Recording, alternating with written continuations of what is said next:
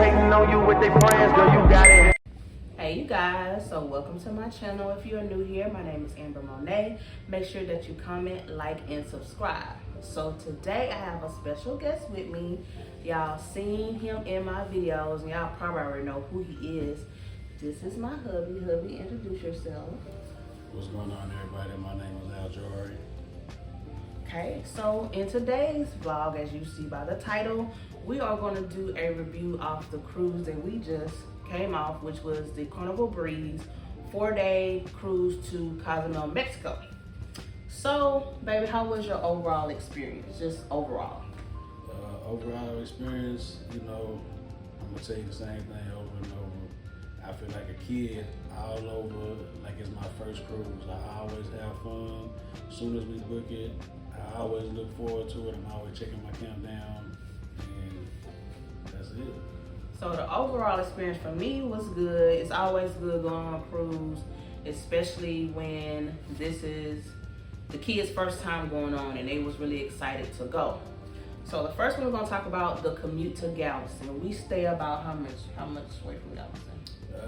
We're about 45, 50 minutes away from Galveston. So we're 45, 50 minutes away from Galveston. It was a breeze, it was a straight shot, no raining, no traffic, none of that. Pretty simple, pretty easy. If you are within the Houston area, I would say you're coming further out. I would say at least leave, at least 2 hours before? I always like to leave a little bit earlier, maybe about an hour and a half or two before, you know, just in case anything happens. A freak accident happens, you can get a flat tire. Anything can happen with the car, so that gives yourself enough time to prepare for your next move and what you're gonna do to how to get there. Man, you gotta leave that car on the side of the road and call you a cab. Hey man, you better make sure that car there when you get back from that cruise. And then also, if you do not live in the state of Texas, I would say come in the day before. Like my husband say, anything can happen. The flight can be delayed. It can be weather. Just anything can delay. So we just want to make sure that you get on your cruise on time. Everything will be good. So the next thing was the check-in process. The check-in process was pretty much easy. You do it on your phone when they give you a date to do the check-in process. After that, like I say, you just drive to your place wherever you're gonna park at. We parked at the Port of Galveston. I think I paid for, cause we took 2 separate cars, y'all, cause it was 7 of us. I think I paid $52 for 4 days for both vehicles, which is not bad. And if you go on a longer cruise, of course, you will have to pay a little bit more. Once we got off the shuttle, went straight to the terminal. How was the terminal for you? Terminal this go around, it was pretty smooth. It moved faster, it was much smoother. The last few times, man, it was taking forever. It was like we were just sitting there baking in the hot sun. This one, it flowed a little bit quicker. They got us in, they got us out. I don't have no complaints. Okay, so you want to talk about the next topic? The next topic is the security. What are we gonna speak on about security? The security did not play. When it came to security, I'll insert a clip right here if I can. They are going to search your stuff, especially if you are bringing sodas, wine, anything like that. They are gonna open up the package. They're gonna pull a couple out, move around just to make sure you're not bringing anything that you are not supposed to bring. Security did not play. Yeah, like my wife said, they do not play at all. All you smokers, weed smokers, whatever, marijuana, don't do it. They got them drug dogs there. They will get you. They got my daughter. They got my 15-year-old daughter. I'm trying to figure out what's going on. I'm already ahead. I'm at the next station waiting.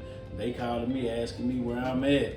The people telling me to move further, move along. And I'm get a phone call. She done got hemmed up by the dog. I mean, thank God nothing was major. It was just, you know, I'm a dog breeder. I breed, and they was just basically saying maybe he sniffed the scent of one of my dogs at home. And then while we was in there with her, it was another guy.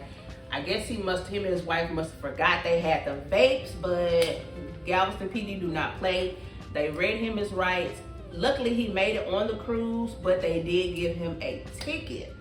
Yeah, he got a ticket. They read him his rights right there. I thought they were taking him to jail, but they say, man, hey, we're gonna let you party today, but you got to pay this when you get back, Papa. Okay. Next one is just getting on board. So just getting on board, like I say, it was easy. It was just after you do all your check-ins and everything, you just walking up the ramp, walking up different ramps, and once you get on that ramp, cross that little hill or whatever, and you on board. You're on board. You're on board. The muster station. When you get on, as soon as you get on, man, take care of that muster station. Don't prolong it. Don't wait for it. As soon as you get on, find out where your muster station is, where you need to be, and go take care of that. You don't want to be the ones that they calling over the intercom to go do your muster station. It takes about 5 minutes. They get you in there. They tell you how to put a life jacket on. They tell you where to report to in case of an emergency. They show you it's got whistles and bells and all that good stuff on it. It's real quick process in and out, man. The quicker you go do that and take care of that, man, the quicker you can get on and explore the ship. Like I said, the muster drill, it was easy, simple. Like my husband said, please make sure y'all go do that because they will not be able to sail away until everybody has done their muster station. So you don't want to be the one that's holding everybody up from sailing because you want to go to the bar, you want to go eat before you went to your muster station. So next one is going to talk about the room. So when me and my husband go, we usually always get a balcony room. They have different rooms. They have an interior, which is a little bit cheaper. They have an ocean view and they have a balcony, and they also have suites, but we like the balcony because we like to look and see, early in the morning, go sit on the balcony, or during the day, we might just want to just get away and just look at the water and, this thing go off, or that we able to see this, because having a balcony is a total different experience from having an interior in an ocean view. So what do you think? My take on it, I love balconies. I can't see myself getting nothing less than the balcony. Now, maybe if I was taking 3, 4, 5, 6 trips a year, then we might gotta work something out. But for the most part, I love the balconies. Like she said, I love waking up early in the morning, getting my camera out, recording the scenery, just being able to go out on the balcony and not just be stuck in a small interior room. Mm-hmm. But don't get me wrong, I'm not knocking or bashing nobody that, probably can't afford a balcony room. Because hey, it might be sometime I might have to get an interior, but for the most part, man, the balcony is where it's at for us. Okay, so I'm gonna let my husband speak on this next topic because this is his favorite thing, which is a sea day. Sea day, man. I love sea days, man. Just something about being on a sea day, just relaxing. I got a drink in my hand. I'm just having fun, man. I'm exploring the ship. I'm just able to do what I want to do, and I'm just free. I'm vacationing, man. I see a lot of people in those groups. They don't really like sea days, man. I love them. I take advantage of them every opportunity, man. I take advantage of those sea days. So the sea days, they're okay to me. I really more like port days. The sea days are okay. Any ship you go on, not we're reviewing on a breeze, but even if you go on the Vista, the Mardi Gras, the Jubilee, sea days are a great day to explore the ship, learn what stuff is at, learn what the different restaurants, the entertainment spaces that they may have, the pools, just anything. That's a good day to go out and just really explore the ship. Just know where you're going to be on the next 4 days, 5 days, 7 days, whatever your length of your cruise is. And so, like I said, my favorite thing is port days.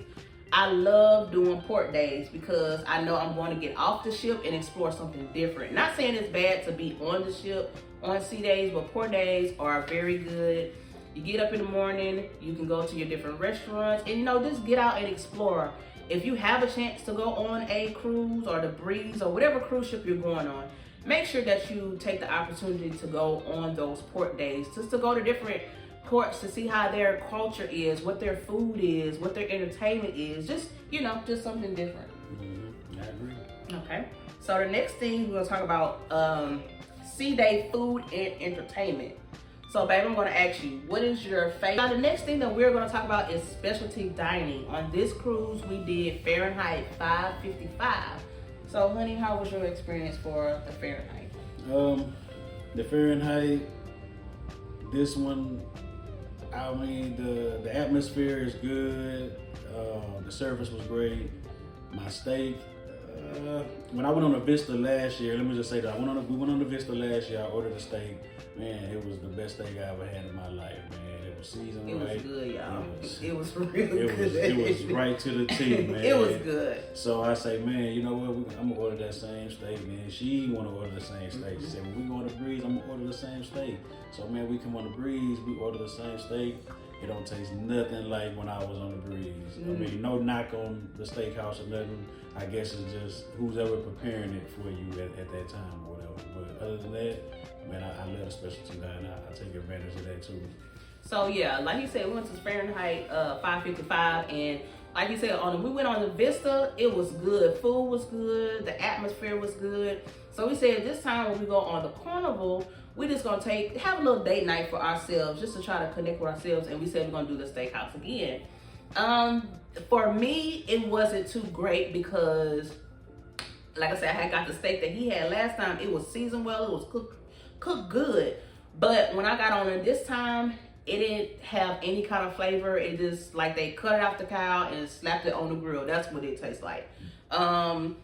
The steak was a lot of fat, and y'all, I kid y'all not, I had about this much steak, and we had a ribeye. So I had this much steak, and all my ribeye was fat, so that wasn't really good. The size was good. I had got the steamed broccoli and I think it was the loaded baked potato. What did you have? I had the baked potato with the fixings, and I had the macaroni and cheese. So our size was good. Like I said, the atmosphere was good, service good. They make sure that, you know, you get anything you need, you know, being very attentive to you. But it just wasn't great for me this time. So when we go on the one in March of 2025 on the Jubilee, we said this time we're not going to do the steakhouse. And every fleet of Carnival has its own specialty dining. I know on the Jubilee when we go, they're going to have the the steakhouse. They're gonna have the hibachi. They're gonna have Rudy's Sea Grill, and I think it's one more. I'm not for sure, but I'll make sure I look that up. But yeah, we said the one we're going on in March. We're not gonna do that one this time. So the next one was the shows. So the two shows that we went on was the Love and Marriage show and the Punchline the Comedy Club. Okay, so how was that for you? I always look forward to the Love and the Marriage. I love, you know, how they give people in the audience a chance to, you know, come up and do their thing. The Punchline the Comedy Club, I wasn't too thrilled this year. I actually fell asleep. I dozed out. My wife had to nudge me and wake me up. It just, I don't know. I mean, that guy just, it didn't hit it out for me. So the Love and Marriage show, the first two times we went on the cruises, which was the Carnival, Breeze, and the Vista, we actually tried to get on the show, but we didn't get picked, but we still enjoyed it. They always pick different couples. They pick them from newlyweds to been married anywhere from 10 to 25 years, and then a seasoned couple that's been married 40, 50, 60 years. So it's just a different group they have to come there, and it's very entertaining, y'all. These people don't know what kind of questions are going to be asked, anything. It is very entertaining to watch. Comedy Club, like I say, he was falling asleep, I was falling asleep.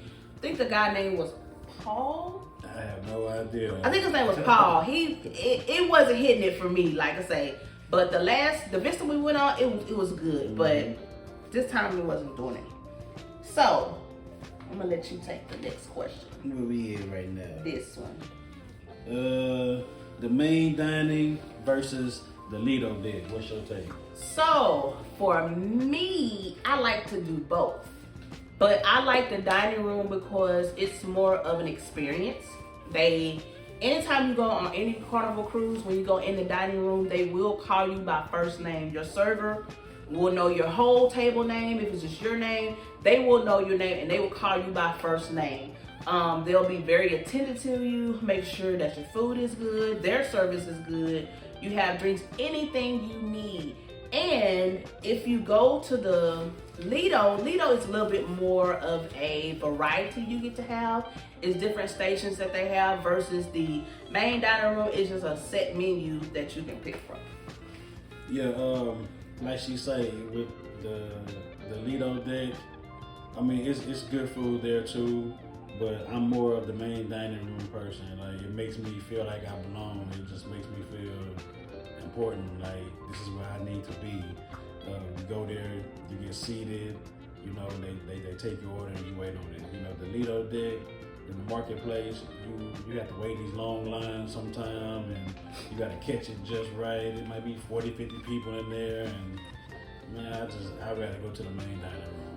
I go to the marketplace when I get burnt out on the main dining room. Okay. Next, favorite foods. What are some of your favorite foods on the ship? So my favorite food on this ship will be either Guy's Burgers, or it'll be the what is the other one? The taco place. One? No, that's the bar. That's the name. Oh, that's the name of the taco place too, y'all. Sorry, but I like those two. Me, my husband know I love tacos. I love street tacos. That is my thing.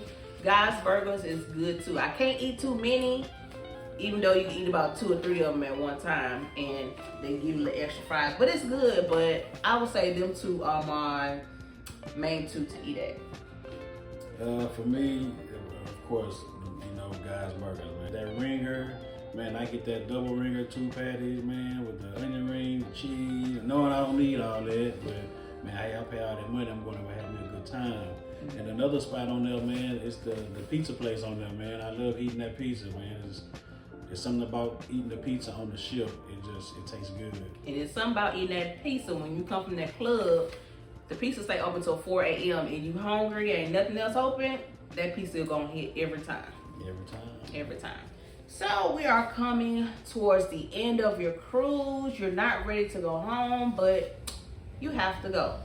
So the debarkation. Debarkation is, they did it different this time from the first time that we went. Debarkation, they actually did it on your phone, and you'll be in a selective group. And once they call your group, that's when you come down. But it was still, you know, everybody trying to come down at once. Everybody just trying to get off the ship so they can beat the crowd, but it was still a lot. Debarkation, to me, the process, like I say, like she said, my wife said, it switched up a little bit. You do it off the phone. It actually kind of ran a little bit smoother to me this year. The previous times, you was just stuck there at a standstill. So we kind of found a little wiggle room, and we got in there, and my family was able to get off the ship. I got held up by the U.S. Custom Border people. They questioned me, taking me to the bag, asking me what I did in Mexico, and searching my bags, and wanting to know what I bought over there in Mexico. It was just too much, man. I didn't like that. And they were saying that it was like some random pick. I wasn't buying that, man. That's the only thing about the debarkation I didn't like. It was the way that they single you out like that, and you have everybody watching you as these police officers take you off, and everybody looking at you like you done something wrong or something, man.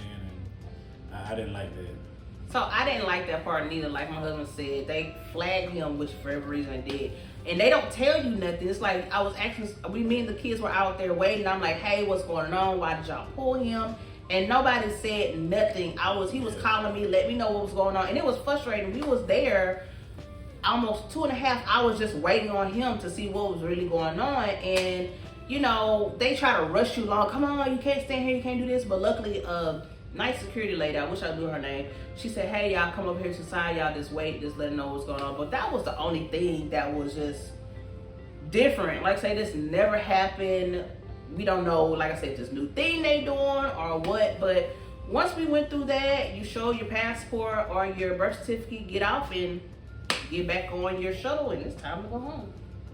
Time to go.